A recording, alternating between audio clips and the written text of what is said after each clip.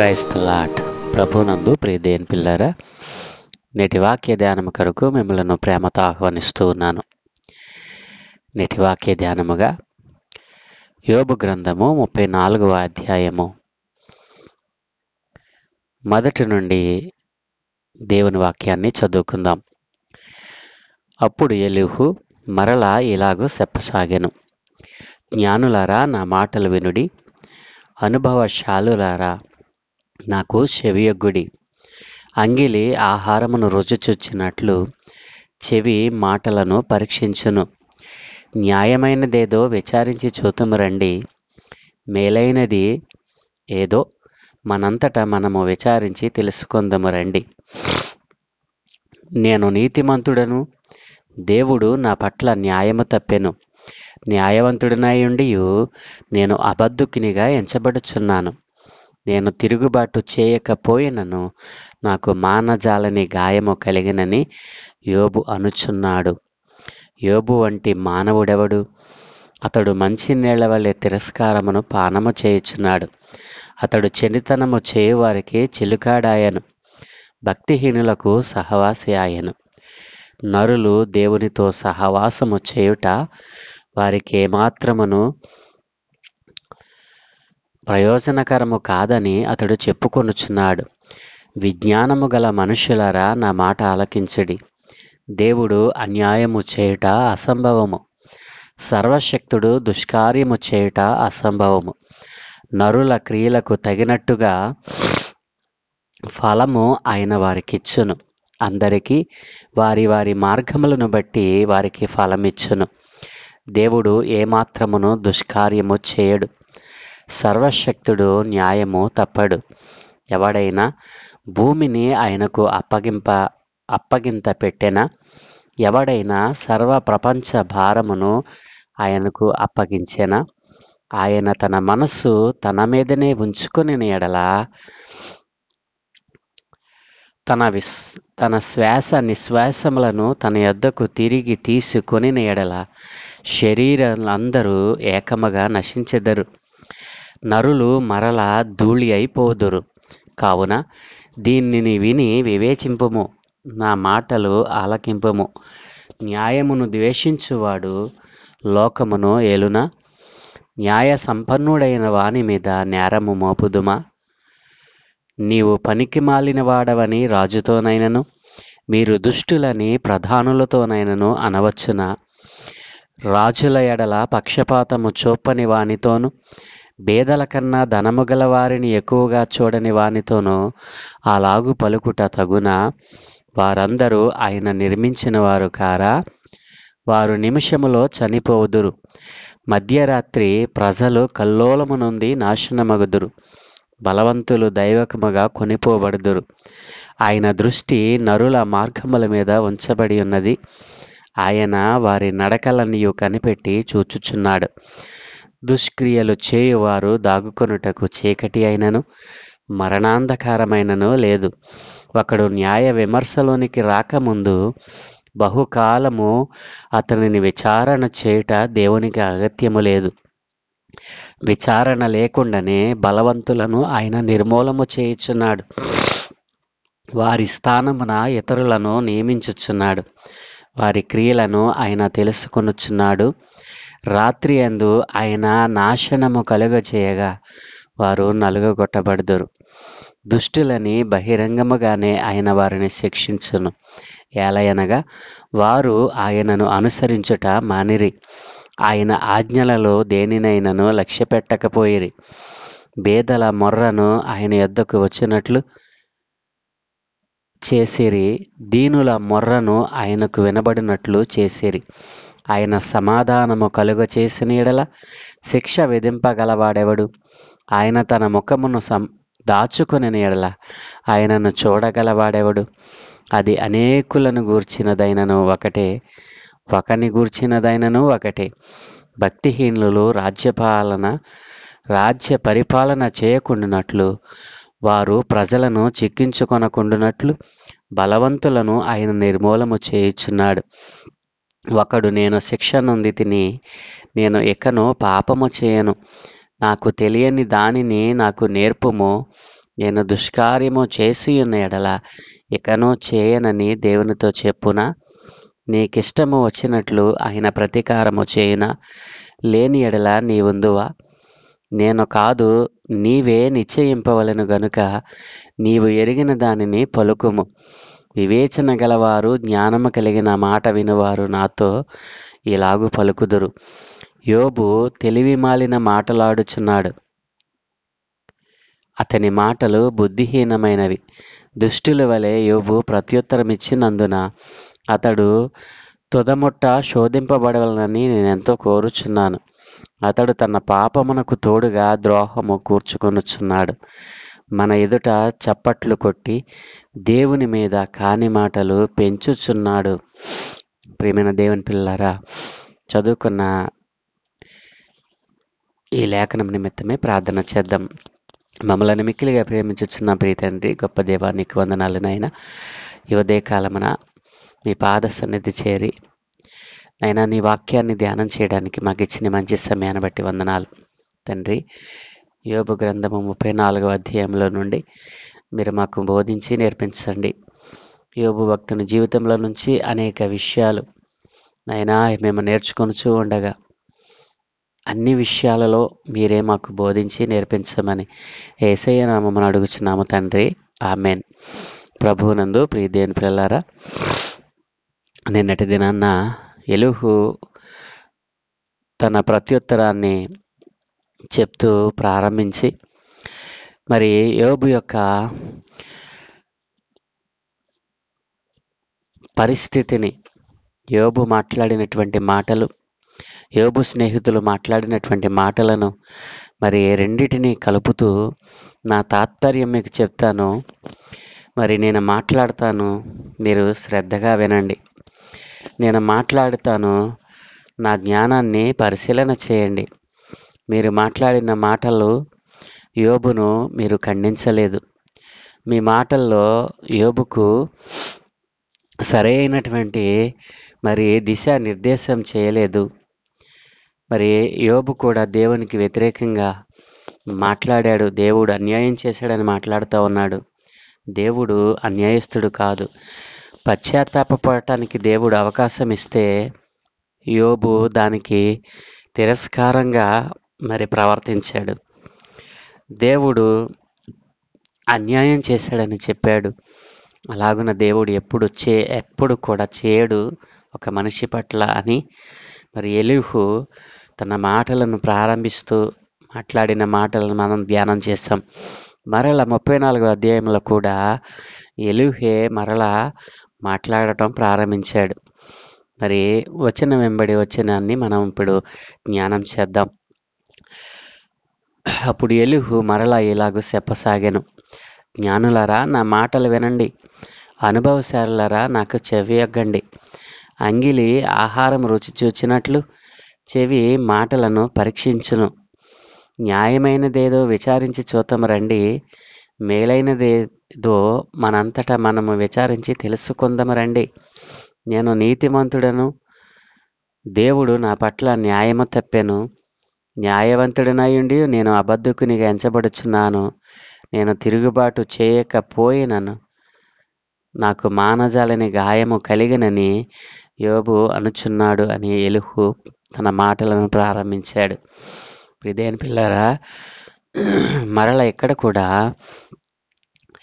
మరి యోబు స్నేహితులను గురించి మరి యోబుని గురించి ఎలీహు మాట్లాడుతూ అంటూ ఉన్నాడు, జ్ఞానులారా నా మాటలు వినండి, అనుభవశాలులారా నాకు సెవియొగ్గండి. మరి న్యాయమైనటువంటిది ఏదో, మేలైనదేదో మనము విచారించి తెలుసుకుందాము. మరి యోబు అంటున్నాడు, నేను నీతిమంతుడను, దేవుడు నా పట్ల న్యాయం తప్పాడని చెప్తా ఉన్నాడు.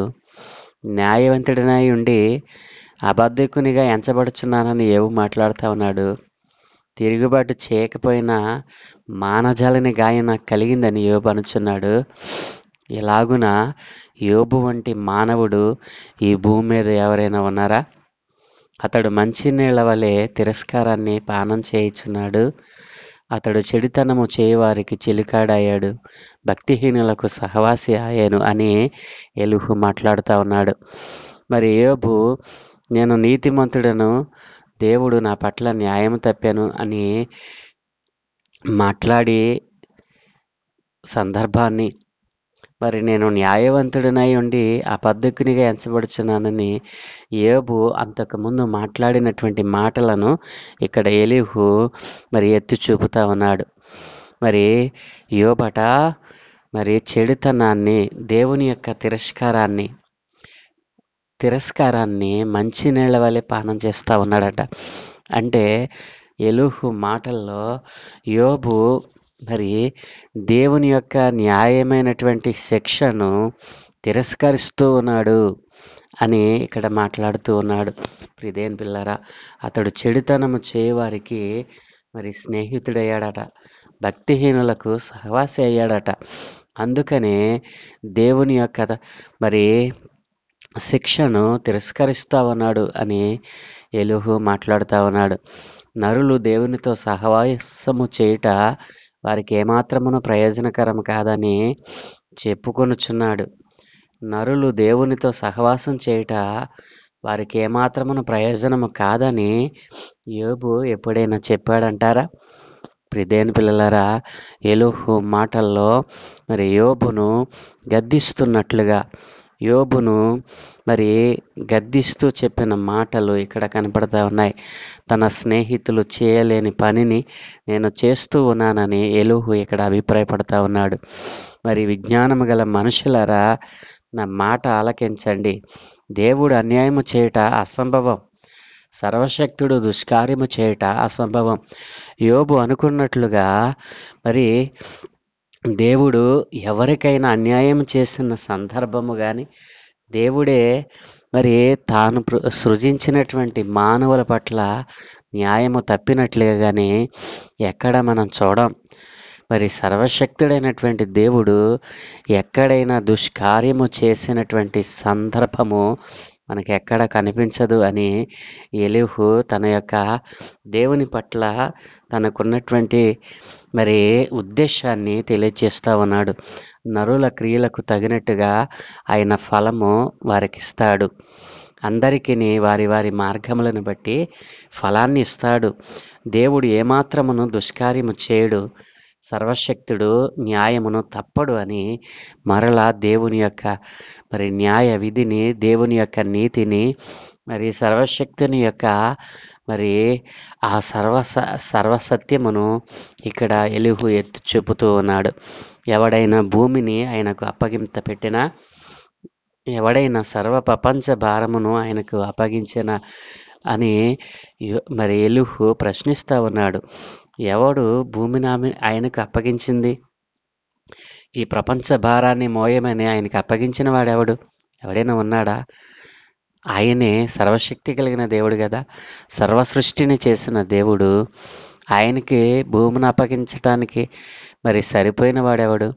ఈ భారమును మోయి ఆయనకి అప్పగించగలిగిన వాడెవడు అని ఎలీహు ప్రశ్నిస్తూ ఉన్నాడు. అంత సర్వశక్తి కలిగిన దేవుడు మరి తుచ్చమైనటువంటి మానవుని పట్ల ఎందుకు దుష్కార్యమును చేస్తాడు, న్యాయం తప్పుతాడు మరి అని అంటూ మాట్లాడుతూ ఉన్నాడు. ఆయన తన మనసు తన మీదనే ఉంచుకున్నట్లయితే తన శ్వాస నిశ్వాసములను మరలా తన యొద్దకు ఆయన తీసేసుకుంటే శరీరులందరూ ఏకంగా నశిస్తారు కదూ, నరులు మరలా ధూళి అయిపోతారు కదా అని ఎలీహు మాట్లాడుతూ ఉన్నాడు. నిజమే కదూ, ఆయన మరి ఎవరి మీద తన మనసును ఉంచకుండా తన శ్వాస నిశ్వాసములను ఏదైతే మానవుని నాసిక రంధ్రాలలో తన శ్వాసను ఊది ఉన్నాడో దానిని మరలా తీసివేసుకుంటే మరి ఈ భూమి మీద ఉన్నటువంటి మానవులందరూ కూడా ఒక్కనాడే నశిస్తారు కదూ. కావున మనము వివేచించుదము. కావున దీనిని వివేచించండి, నా మాటలు ఆలకించండి నా ప్రియ తండ్రులారా అని అక్కడ ఎలీహు మరి యోబును అతని స్నేహితులను గురించి మాట్లాడుతున్నటువంటి సందర్భమును మనం ఇక్కడ జ్ఞాపకం చేసుకోవచ్చు. న్యాయమును ద్వేషించేవాడు లోకమును ఏలుతాడా? న్యాయ సంపన్నుడైన వాని మీద నేరము మోపుదువా? న్యాయమును ద్వేషించేటువంటి వాడు లోకాన్ని ఏలినటువంటి సందర్భం ఎక్కడైనా ఉందా అని ఎలుహు ప్రశ్న వేస్తూ ఉన్నాడు. న్యాయ సంపన్నుడైన వాని మీద న్యాయము మోపదగున అని ఆయన ప్రశ్నిస్తూ ఉన్నాడు. ఆయన న్యాయ సంపన్నుడు, దేవుడు సర్వశక్తిమంతుడు, న్యాయ సంపన్నుడు. అలాంటి దేవుని మీద యోబు, నీవు నేరము మోపడానికి ఎలా ప్రయత్నం చేస్తూ ఉన్నావు? నీవు పనికి మాలిన వాడవని రాజుతోనైనను, మీరు దుష్టులని ప్రధానులతోనైనను అనవచ్చునా? ఎవరైనా అలా అంటే వారు భూమి మీద క్షేమముగా ఉండగలరా? మరి రాజుతో ఒకడెళ్ళి నీవు పనికి మాలిన వాడవని రాజు ఎదుట ఎవరైనా అన్న సందర్భము ఉన్నదా? మరి నీవు దుష్టుడవు అని దేశాన్ని ఏలేటువంటి ప్రధానితో మనం అనవచ్చునా? దేని పిల్లారా, ఎలుహు మాటల్లో అర్థం ఏమిటంటే, మరి రాజు అంటే సర్వప్రపంచాన్ని ఏలేటువంటి వాడు, మరి ఈ లోకమైనటువంటి రాజ్యాన్ని పరిపాలించేటువంటి వాడు. మరి అట్లాంటి రాజును మనము పనికి మాలిన వాడిని అనతగం. ఎప్పటికీ కూడా మనము అలాగున అనకూడదు, అనలేము కూడా. మరి దేశాన్ని వెళ్ళేటువంటి ప్రధానిని నీవు దుష్టుడవు అని మనం చెప్పగలటానికి ధైర్యం మనకు చాలుతుందా? ఆయన సర్వశక్తి కలిగిన దేవుడు. మరి అట్లాంటి లోకాలను ఏలేటువంటి రాజును, మరి ఈ లోకమును ప్రపంచాన్ని ఏలుతున్నటువంటి రాజుతో మరి మనము విభేదించడానికి ఎంత మాత్రమో సరిపోము. ఆయన సర్వశక్తిమంతుడు, మనము నరులము అని అంటూ రాజుల ఎడల పక్షపాతము చూపని వానితోనూ, పేదల కన్నా ధనము గల వారిని ఎక్కువగా చూడని వానితోనూ మనము అలాగు పలుకుట తగున? దేవుని యొక్క నీతి న్యాయములను గురించి ఎలుహు మాట్లాడుతూ ఉన్నాడు. ఎలుహు మరి ఈ లోకంలో ఉన్నటువంటి లోక సంబంధమైనటువంటి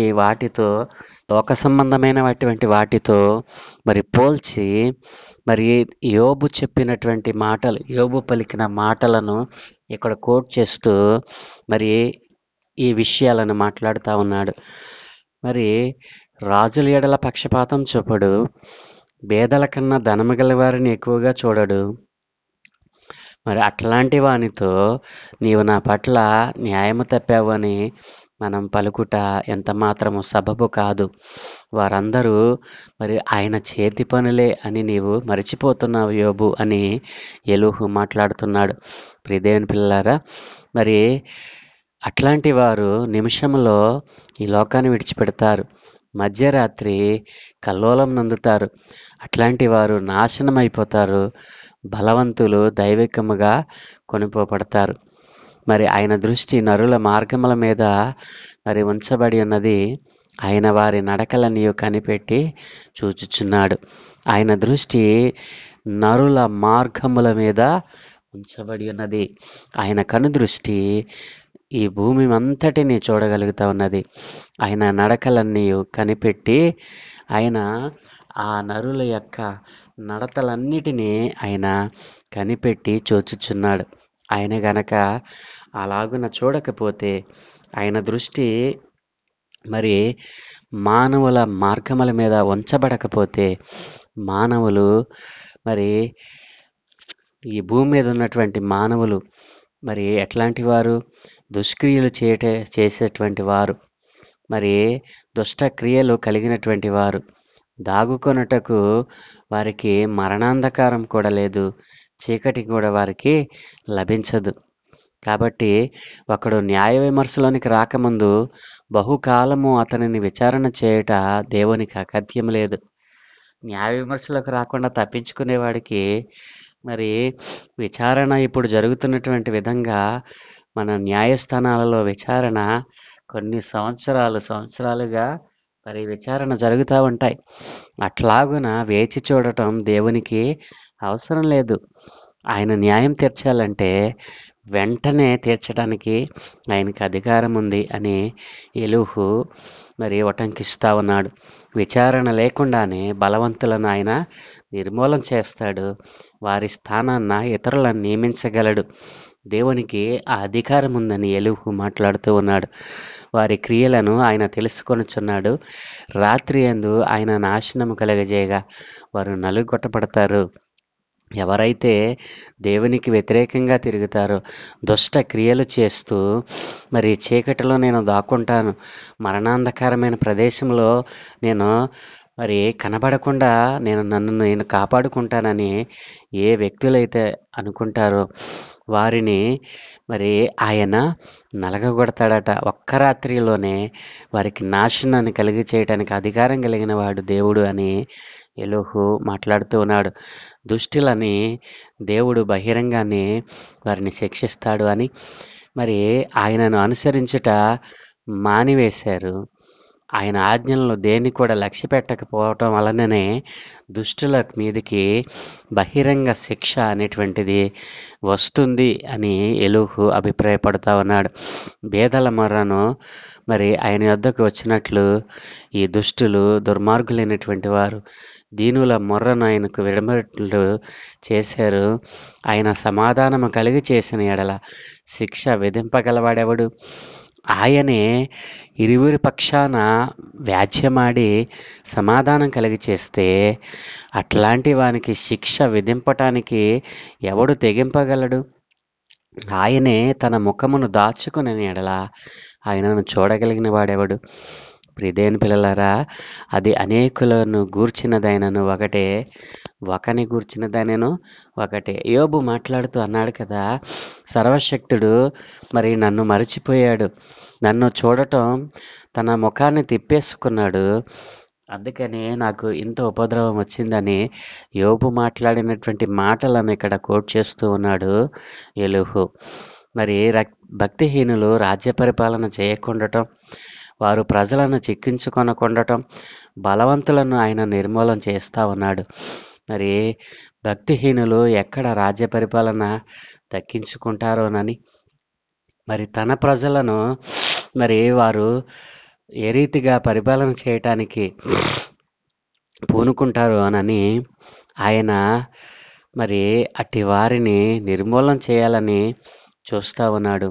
నేను శిక్ష నొంది తిని ఇకను పాపము చేయను, నాకు తెలియని దానిని నాకు నేర్పుము, నేను దుష్కార్యము చేసి ఉన్నడెలా ఇకను చేయనని దేవునితో చెప్పునా?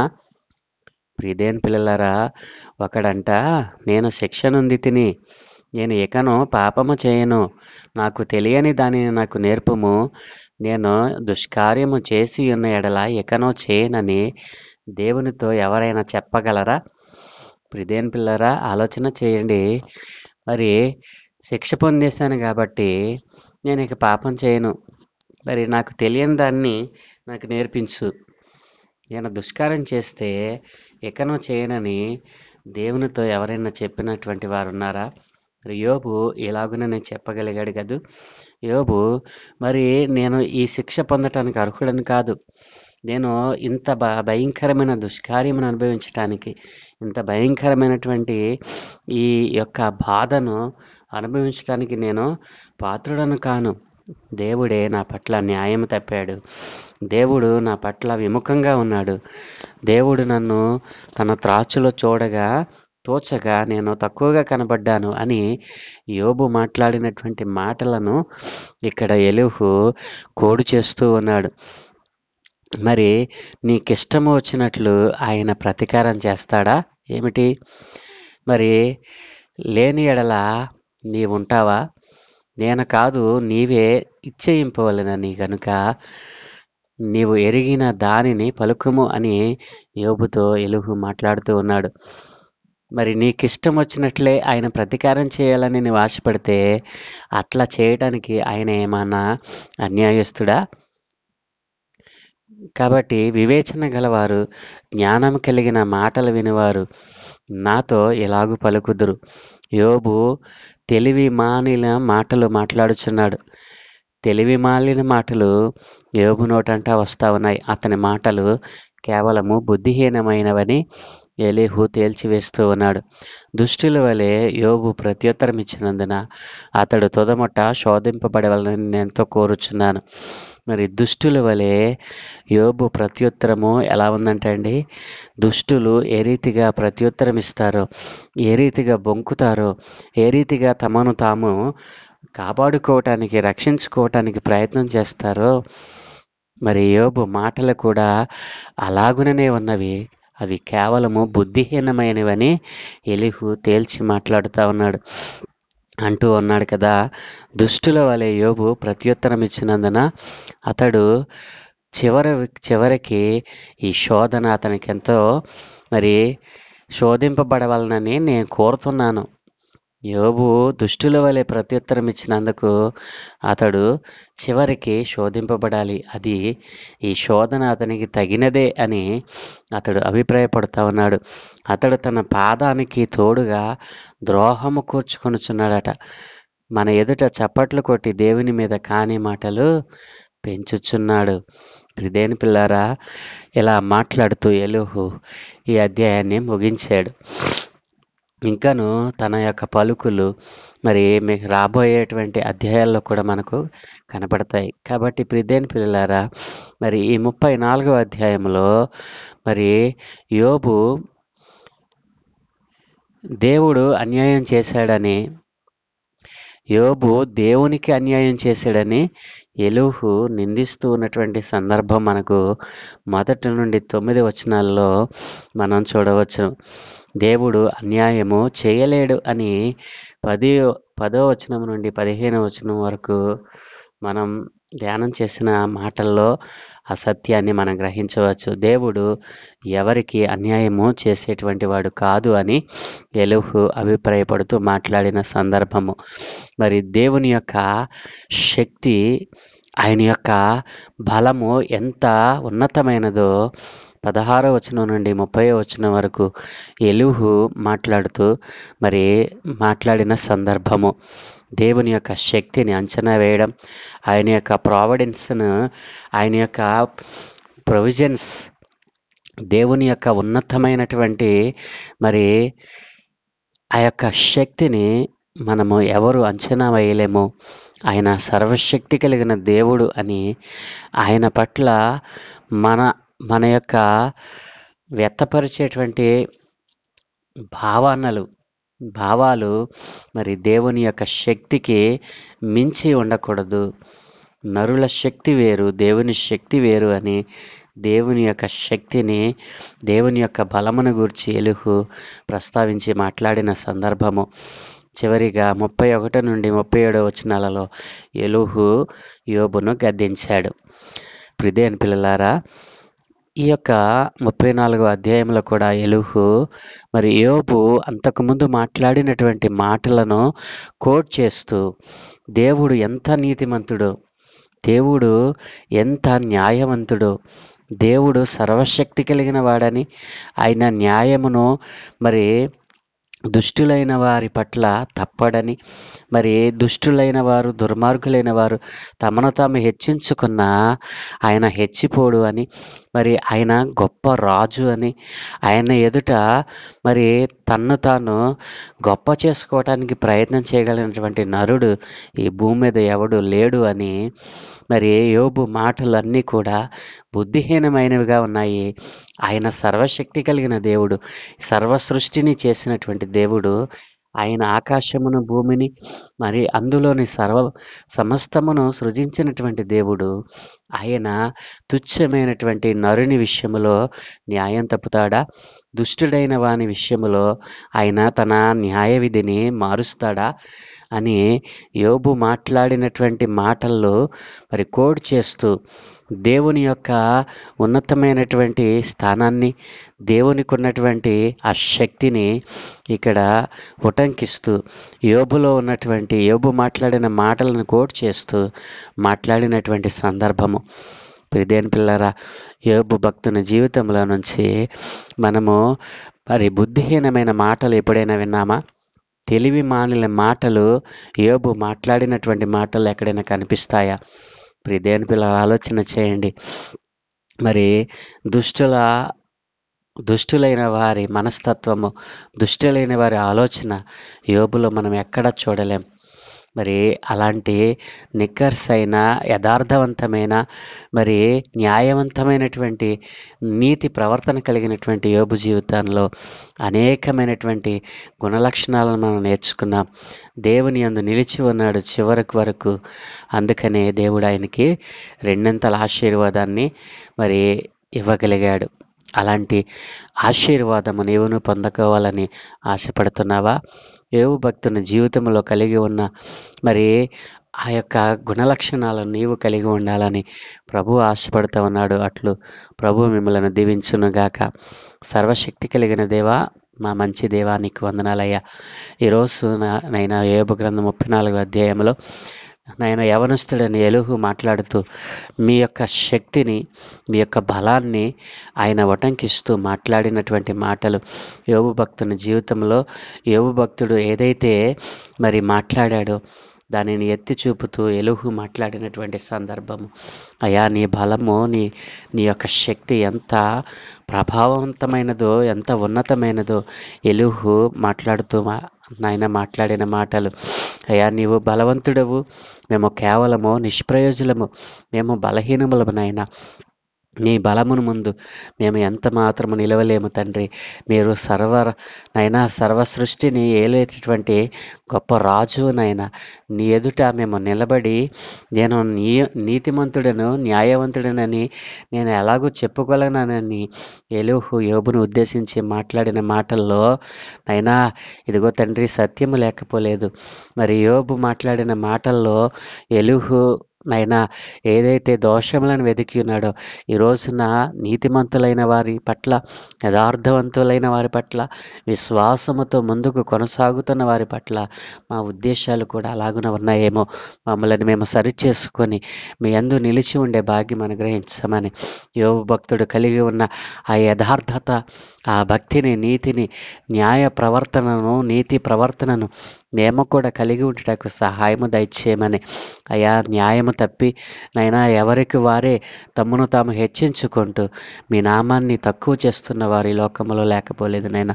అలాగున మీ నామానికి మహిమ తెచ్చేవారిగా, మీ నామాన్ని అంగీకరించిన వారు అయా, మీ సర్వశక్తి కలిగినటువంటి నైనా మీ రాజ్యములో మీ చేతుల కింద నైనా ఉంచబడటానికి ఇష్టపడుతున్న వారిని ఆయన మీరు లేపమని, సర్వ సృష్టికి సువార్త ప్రకటింపబడినట్లుగా ఆయన నీ గ్రంథములో రాయబడిన జ్ఞానము అందరూ అంగీకరించినట్లుగా అయినా ఇదిగా అనేకులను లేపమని, అంత్యకాలమున తండ్రి సంభవింపబో ప్రతి విషయము కూడా నాయన నీ రాకడు సమీపస్థముగా ఉన్నామని గుర్తించి భక్తిలోను, విశ్వాస్యతలోను మరి నాయన ఇదిగో ముందుకు కొనసాగాలని, మరి పాపమును, చెడుతనమును విడిచిపెట్టి, దుష్కార్యములను విడిచిపెట్టి నీలో నిలిచి ఉండాలని ప్రతి ఒక్కరూ ఆలోచించినట్లుగా నాయన ఇదిగో తండ్రి యోబు భక్తుని జీవితంలో నుండి అనేక పాఠాలు నేర్చుకొనుచుండగా నాయన వారిలో కూడా నూతనమైన ఆలోచన, తీర్మానాలను పుట్టించమని, ఏదైనా మేము చేయ పనులన్నిటి మీద మీ కను దృష్టి ఉంచి మీ దూతల కాపుతలను గ్రహించి మీరే మహిం పొందమని యేసయ్య దివ్యనామమున అడిగి వేడుకుంటూ ఉన్నాము తండ్రి. Amen, amen, amen.